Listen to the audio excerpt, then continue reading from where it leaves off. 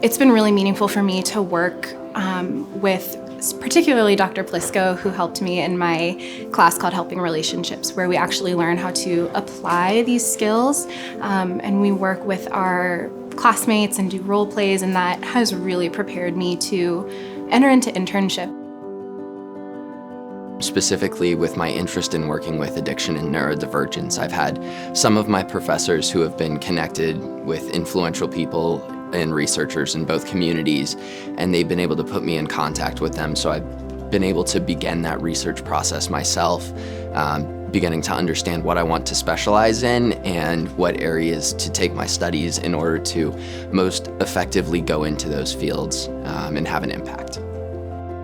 I unfortunately had 2 friends pass away last semester, and the way that the professors were able to work with me to give me the time that I needed to go through the process of that, but catch up on my assignments, and were so accommodating.